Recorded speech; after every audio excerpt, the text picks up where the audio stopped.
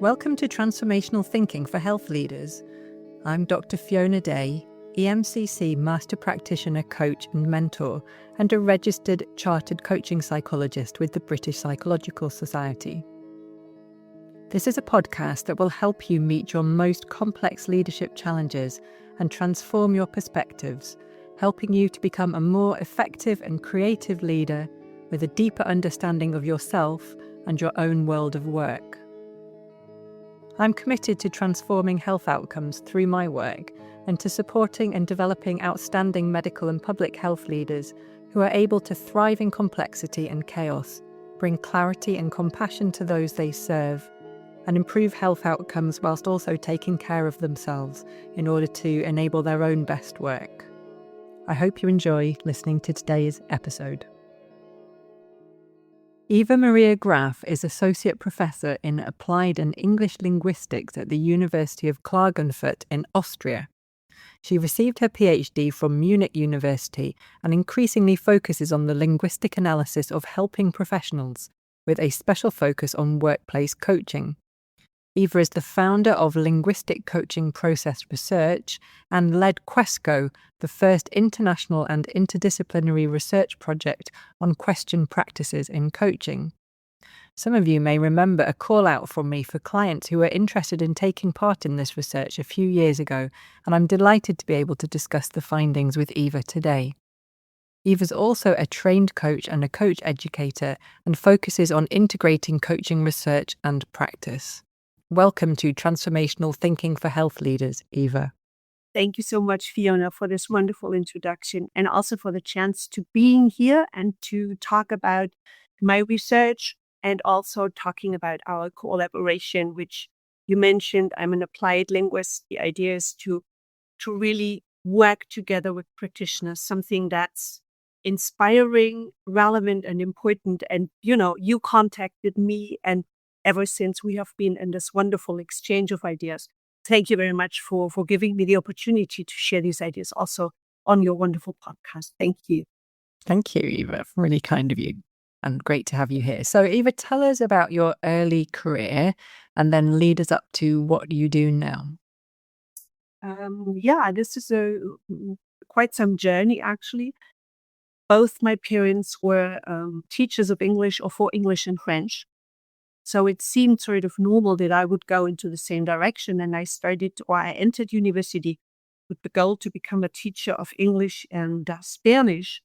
But then realized that actually, as I had known before, I don't want to teach English as a language. I don't want to teach students to use grammar correctly or whatever.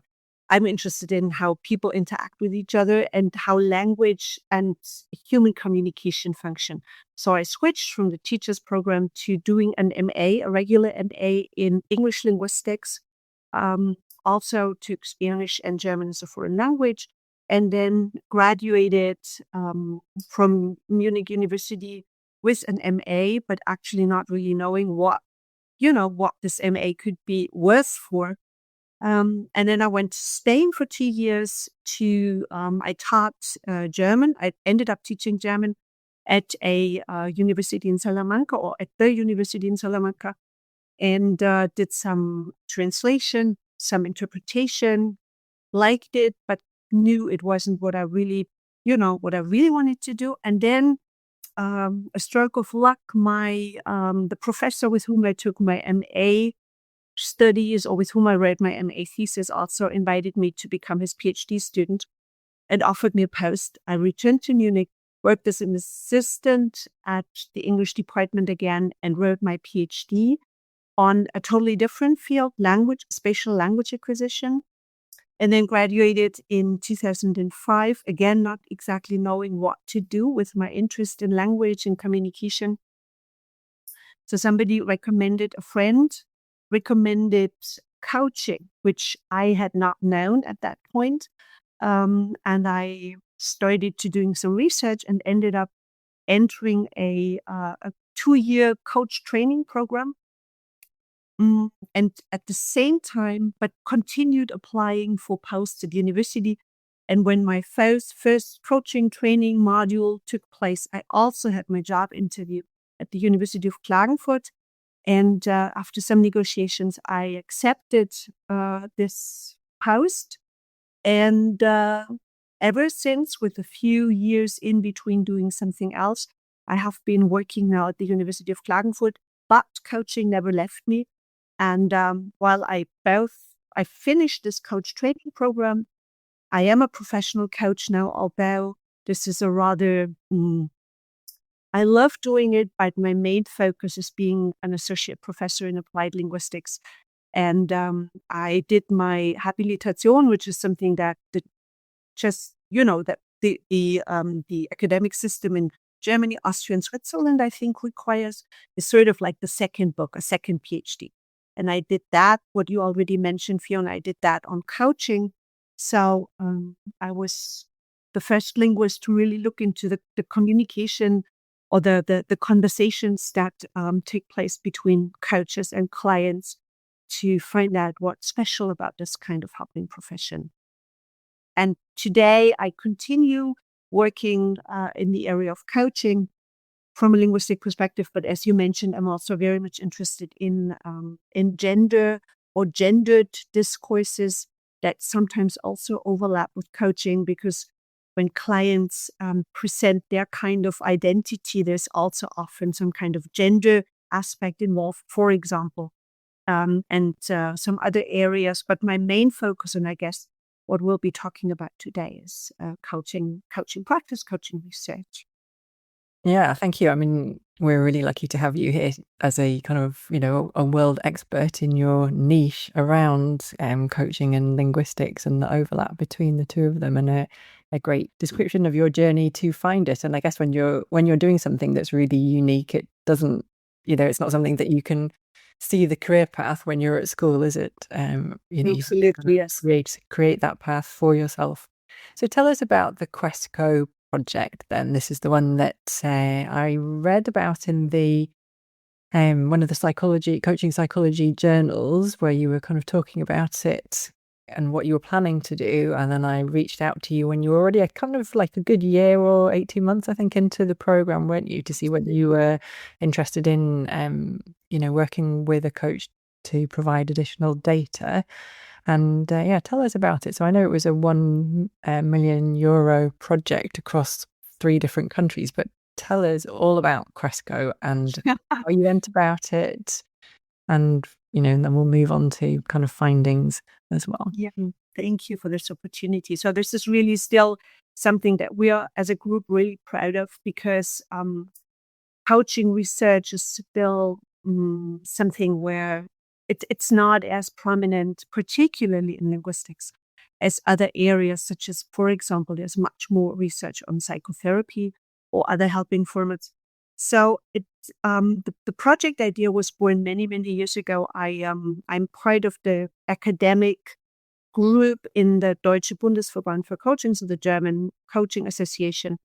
And there is this wonderful colleague of mine. He's a psychologist from the University of Zurich. And we have talked about, this, how we can bring effectiveness and process together, because it's wonderful to know that coaching is effective, but we need to know what exactly makes it effective. And at the end of the day, coaching is nothing more, but also nothing less than a particular conversation and interaction between a coach and a client. So we started discussing these issues and realized that linguistics, being a qualitative, bottom-up, explorative science, and psychology, often being quantitative, theory-guided, is hard to combine or challenging to combine. But we had these discussions on and on and on, and in the end submitted a research project, the QUESCO project, so questioning sequences in coaching, because there is so much practice literature out on the importance, the relevance, the effectiveness of questions in coaching, that we thought this was a wonderful first collaboration between psychology, focusing on effectiveness, linguistics, focusing on how to do the interaction, and also aiming at getting rid of some of the myths that are out there, like do not ask a closed question, which from a linguistic perspective doesn't exist. So we, after these year-long discussions, actually we submitted a research proposal to the Austrian Science Fund, so the Austrian national funding organization, which was the lead agency, and in cooperation with another linguistic colleague. He's a specialist in doctor-patient interaction and psychotherapy from Germany, and the Swiss colleagues. So in the end, we had these three countries, as you mentioned. And finally, we got funded after some time of waiting for the results. And we also had to revise the project. So in 2021, we got the funding for 3 years and around 1 million euros distributed across these three countries. And then we set out to, actually we started doing that before. We tried to get into contact with coaching practitioners, because what is special about the linguistic approach is we do not work with coaching or with interviews with coaches and coachees or with questionnaires, but what we are interested in and what we need for our research is authentic coaching interaction. This means recorded, ideally audio and video recorded coaching processes, entire sessions and processes, which are then linguistically transcribed. So also marking the the overlaps, the repairs, because this is very important information, how the people are in contact with each other. And also, of course, completely anonymized. So all the names, all the places, all the organizations, everything is changed in order to make the data, to anonymize the data. It was very hard to get authentic data. Maybe we have time later on to also discuss these challenges a bit. But in the end, got about 16 processes by coaches from Germany and Switzerland. And then in the end, we also had your wonderful data, which we did not include in the core part, but sort of an additional aspect, again, something we might be talking about later. And then had this wonderful team of linguists and psychologists. We had to transcribe the entire data. We coded the data with the help of MaxQDA and developed the first coaching specific question typology. So questions that keep reappearing across this entire data set. We found 12 coaching specific question types. And also, and this is something that's very important from our linguistic perspective, questions do not happen in isolation. And we wanted to raise the awareness that a question comes out of a specific context. So is sometimes the result to what happened before in the conversation. So what the client said immediately prior to the question. Sometimes, of course, also referring to things, to topics, to ideas, to things that the client had said prior to, somewhere along the ensuing conversation. And then the question by the coach builds the basis for the client's reaction. They might go along both with the content, but also with the question and its requirements, so to say. And then what's particularly important for us as coaches is what do we do in the so-called third position, i.e., how do we react to what the client has given us as an answer? Are we satisfied? Do we want to have more detail?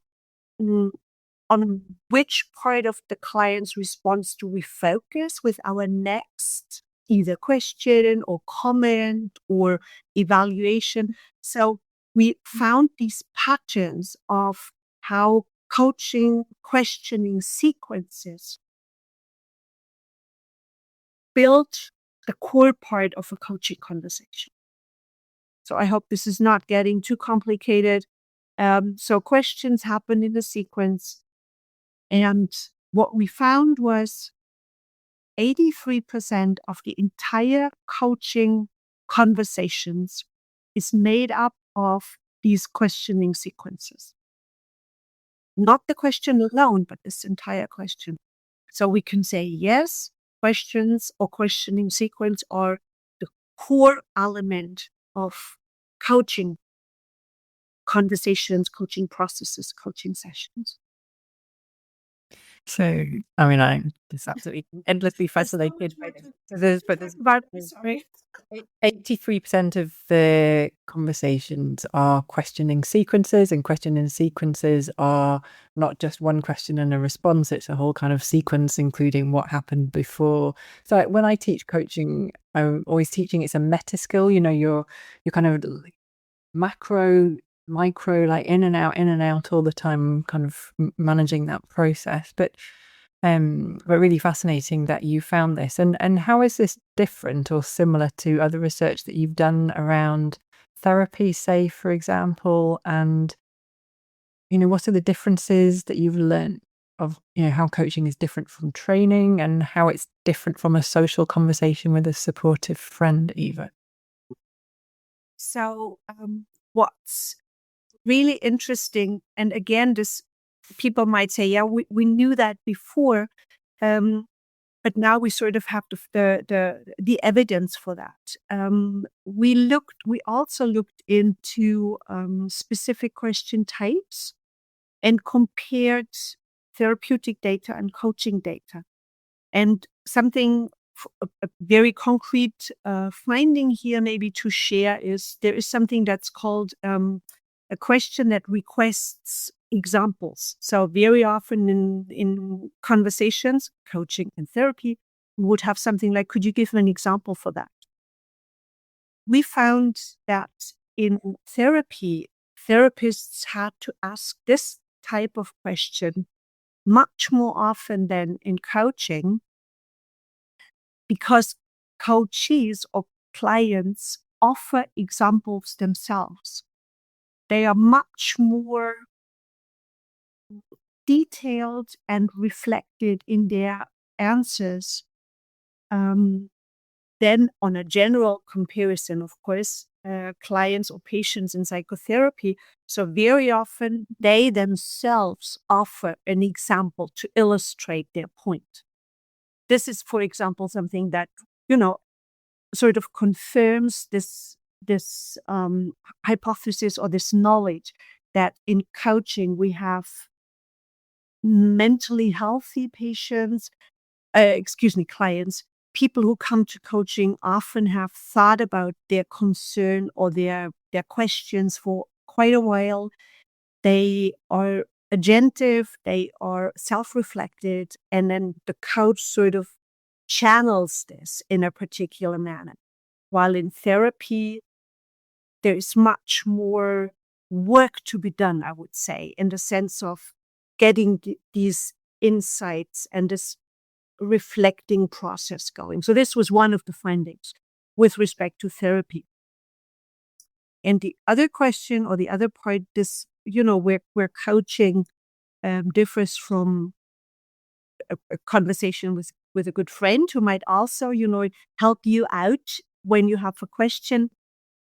I would say that, of course, on the outset, we have this formal setting. So we most of the times, or professionally working coaches have a prior conversation with their clients before they engage in the coaching process itself, which is also part of doing coaching. The other thing is that when we meet a friend or when we have a conversation with a friend or a private conversation, we have a much more equal standing. The person who acts as a coach is the one who is responsible for the process.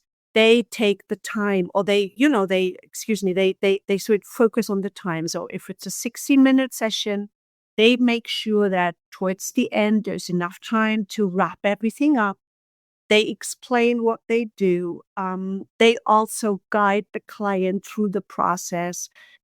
It's important to first discuss the goals. It's important to repeat what has happened in between.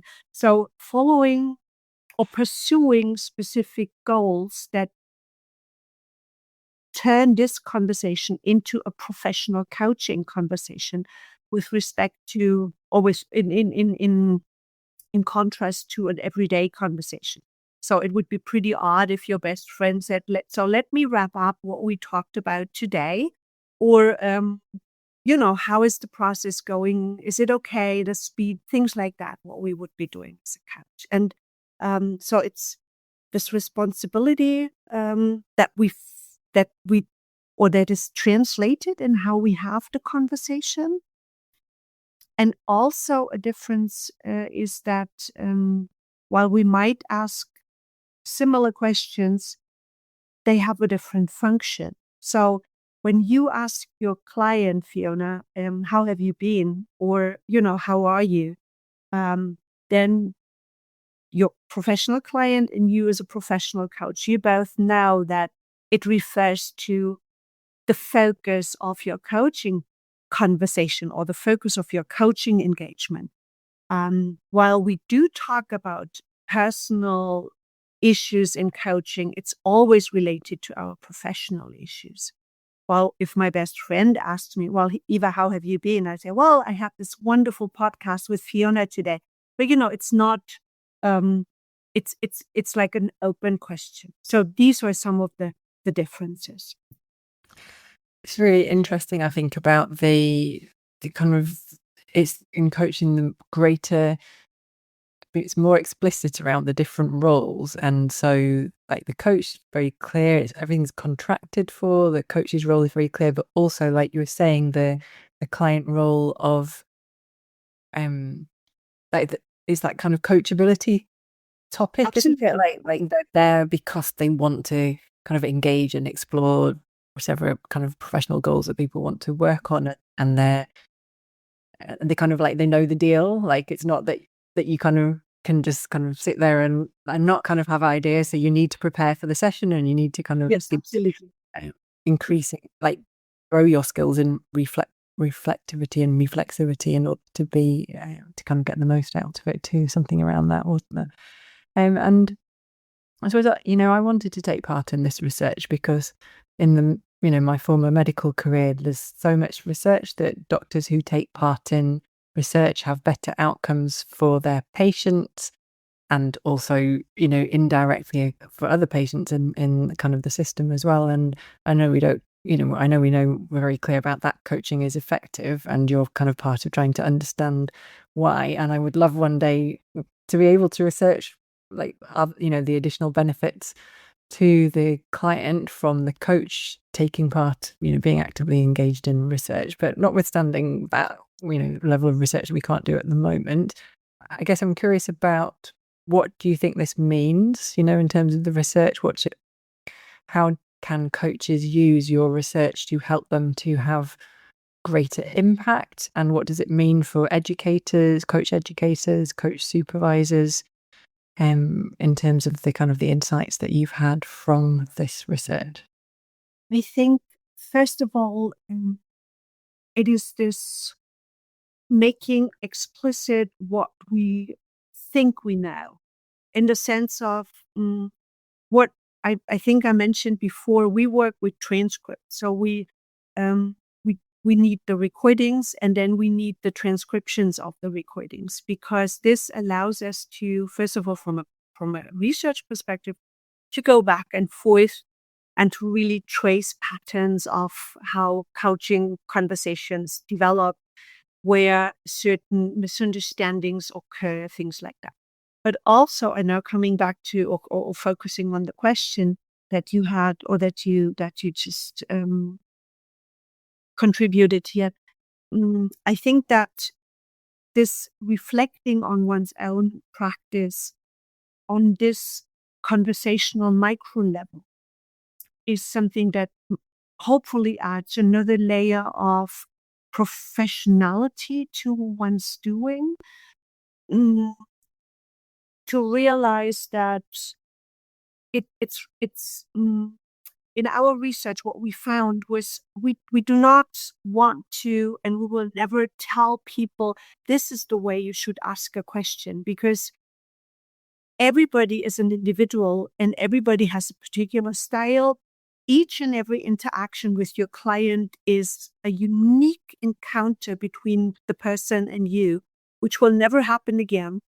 But at the same time, there's patterns. And I think the great value of this kind of research is that it's in between telling you what to do and being completely not having any structures. So what we hope to offer is, in for example, in this model that we built on the basis of our QUESCO findings, the 5P model, where you and I are cooperating now, we offer categories how to react. This allows every coach to find their own style, but at the same time now, okay, this is one way how clients react. So one of the categories is client participates. So if you ask a question and the client participates, they only give you as much information as you ask. So has everything worked out? The client would say yes, which is in coaching not enough for us, is it? This is an answer that we categorized as client participates. It's okay, but we want more. So to know that we have this type of answer, and then we can go on and say, oh, and how do most coaches deal now with this kind of, okay, the client only participated. And I think this relatively general, but at the same time, evidence-based way of reacting hopefully allows coaches, to reflect on how they already communicate. And learning coaches, as you mentioned in the beginning, I'm also part of a coach training. And whenever it comes to questions in coaching, I'm having a hard time because it's not the individual question that matters. It's what's the function of the question? And in order to get this function across, how does this function fit my way of interacting? And how does it fit my client? They are so diverse. And raising this awareness and limiting the 500 best coaching questions or the 1,000 best coaching questions to do not ask closed questions, we hope that this in-between level of specificity allows us to reflect on what we're doing. Did you know that workplace coaching is very well established as an evidence-based intervention for leadership, career development, and increasing well-being, with over 10 systematic reviews and meta-analyses consistently demonstrating this?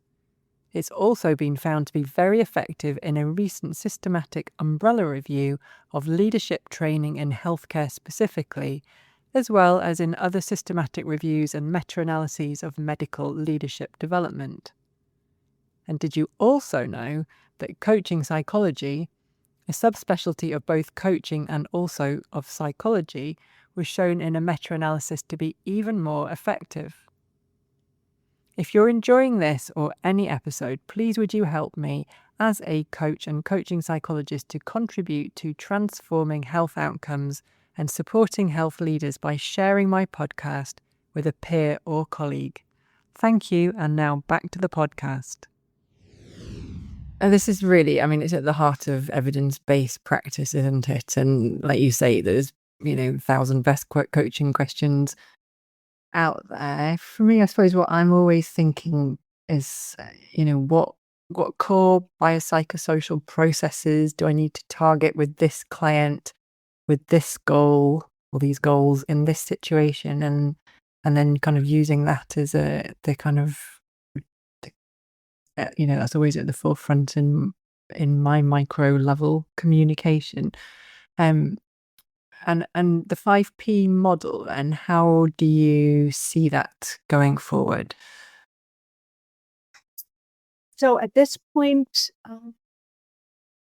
it developed out of the QUESCO project. It was the model for these questioning sequences where we looked into what does the coach do, say, reformulate, focus on. The client then maybe gives an answer or replies to that. And on this basis, the coach asks the question. So this would be position, as we call it, position -2, what the coach says, focuses on, summarizes, formulates.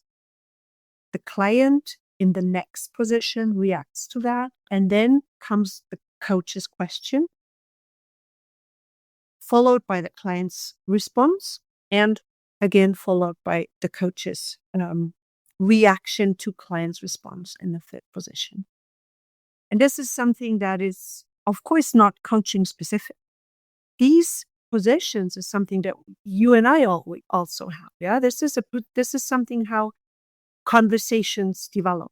But in coaching, they are, and you mentioned that the GROW model, the various models of change.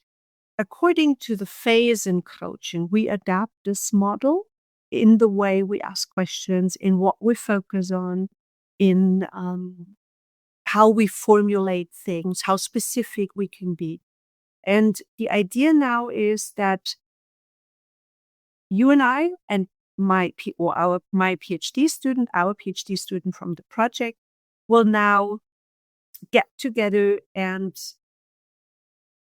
develop this model into something that you as a coach, and particularly as a coach educator, think would be relevant for people, for practitioners and for learning coaches to know, and how would it be best taught, integrated, discussed. So this is the next level.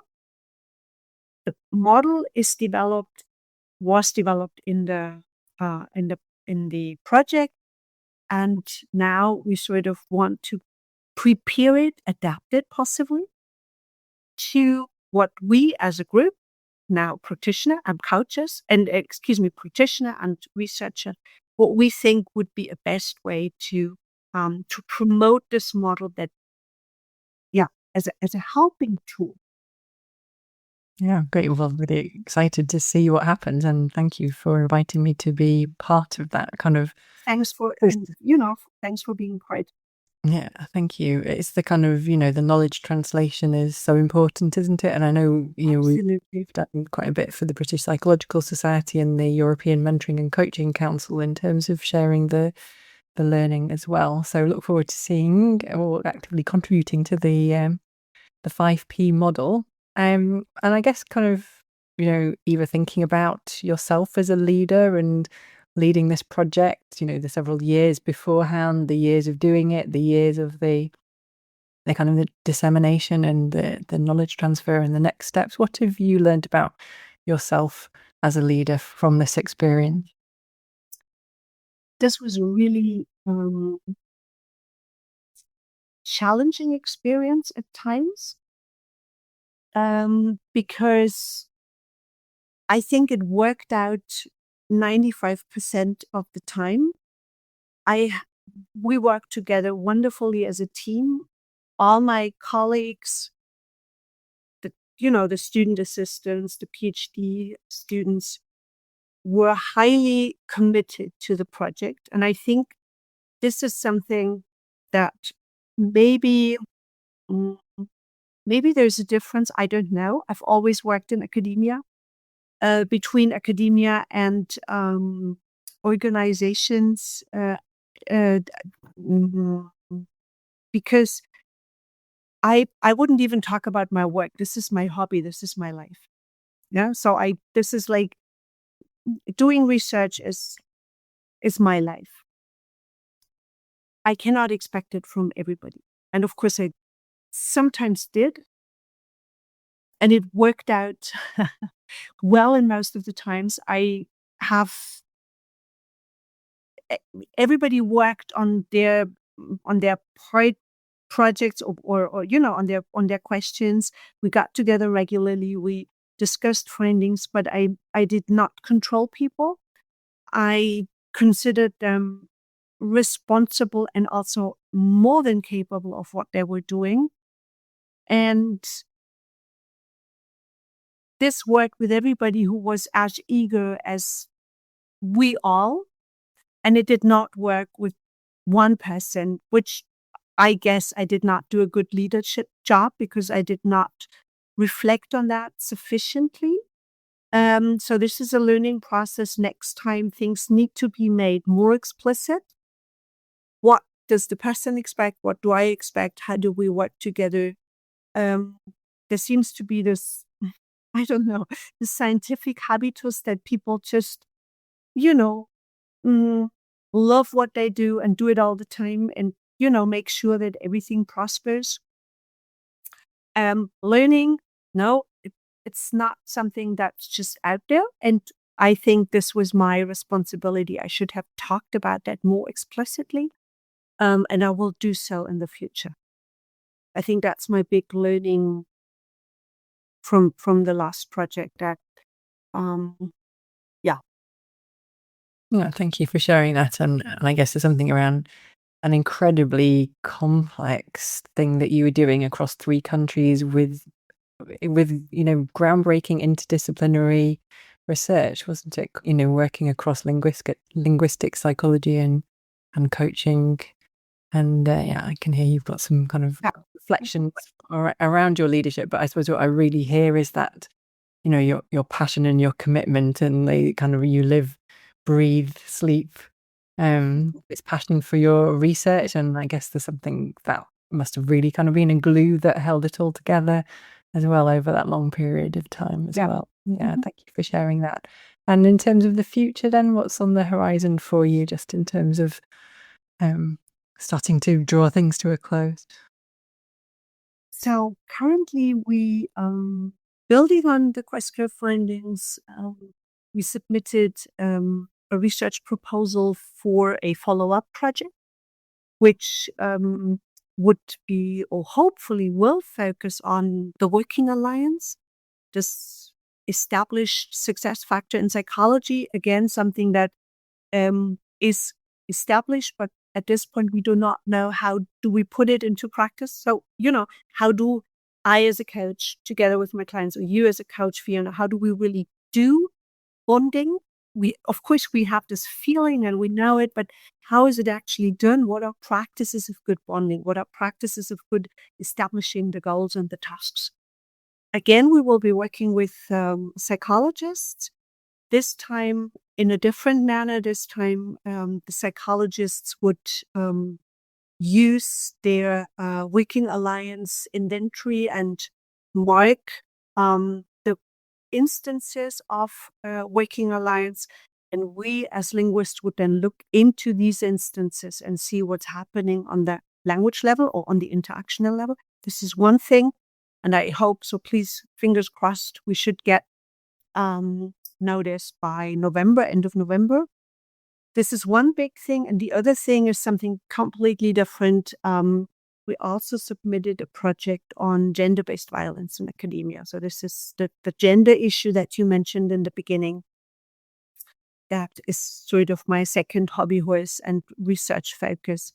And we would be working together with colleagues from Switzerland and hopefully, again, can make a valuable contribution to this really super gloomy aspect of academia that has received way too little attention and where figures are extremely high. So 2 out of 3 people working in academia across all kinds of positions have reported, not reported, but have said that they have had been sexually or gender-based assaulted or discriminated against. And this is the other project we hope to get funding for, And then other than that, teaching. I'm also, of course, in the MA program, PhD program, and again, also love very much what I do. I have fantastic students. We're a small university, but this is really wonderful because you can really get into very intense discussions with our students. And and the other thing is that you and I have various plans. So currently the 5P model, and I really hope that we will also collaborate on more aspects, because this idea of applied linguistics next time should really also be developing a project together, not just this wonderful you contacting me and then you will be part of it, but that you and I, formulate something from the beginning, think about what would be a good next step to further establish this really fruitful and also valuable and joyful exchange. Thank you. Thank you. It's been wonderful to chat with you today, Eva, and hear about, not just the QUESCO project, but also kind of your plans and next steps. And it's a pleasure and a privilege to be involved in your work. I feel it helps me to be, take my own game as a coach and coaching psychologist to the next level, and to kind of constantly stay up to date with this kind of real cutting edge research. It's a real privilege to be involved in it. Thank you. Thank you again for your time, and keep us posted. Perhaps come back in a couple of years' time and let us know how things have gone. Thank you, Fiona. Thank you for this opportunity to share my work, our collaboration, and also hopefully to attract more coaches to this kind of research, to maybe participate, but also, as I said, to share my ideas and our ideas with a larger audience. Thank you so much for this invitation. If you've enjoyed this podcast and would like to find out more, head over to www.fionadayconsulting.co.uk and you can receive 3 hours of free CPD through my Health Career Success Programme. And there's loads of other resources to support you as a medical or public health leader on my website too. I greatly value any feedback and to know what you would like more of, so please don't hesitate to get in touch with me at fiona@fionadayconsulting.co.uk to help me to better meet your needs. Thank you for listening and for your commitment to transforming health outcomes.